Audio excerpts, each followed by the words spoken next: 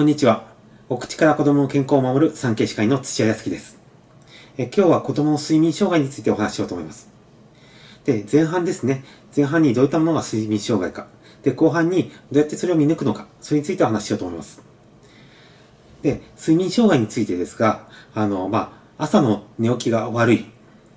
あと、注意力が散漫だったり、日中眠気がある。こういった場合は睡眠障害の可能性があります。で、睡眠障害になると、歯並びが悪くなったりとか、脳の発育にも影響が出ることがあります。で、後半ですが、どうやって睡眠障害かを見抜く方法ですが、子供が寝てる間の、動画を撮ってみてください。その動画で、いびきをかいていたりとか、口が開いていたり、あるいは息がちょっと荒いというか、音が大きい。こういった場合は睡眠障害の可能性があります。睡眠障害は放っておくと将来的に睡眠時無呼吸症候群につながることもあるので、速やかに治療していった方が良いと思います。今日は以上です。ご視聴ありがとうございました。